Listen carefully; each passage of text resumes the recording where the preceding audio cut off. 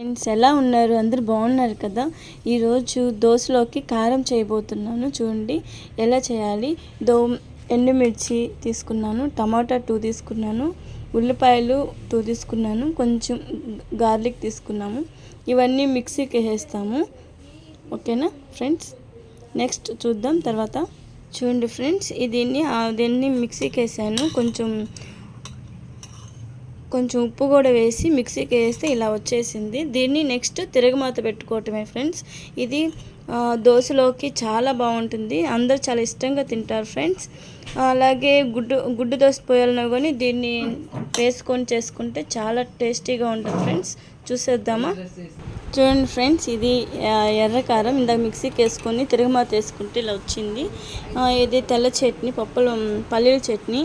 మా ఇంట్లో 2 చేయాలండి, ఏది కావాలంటే అది వేసుకుంటారు. Okay friends, thank you to all.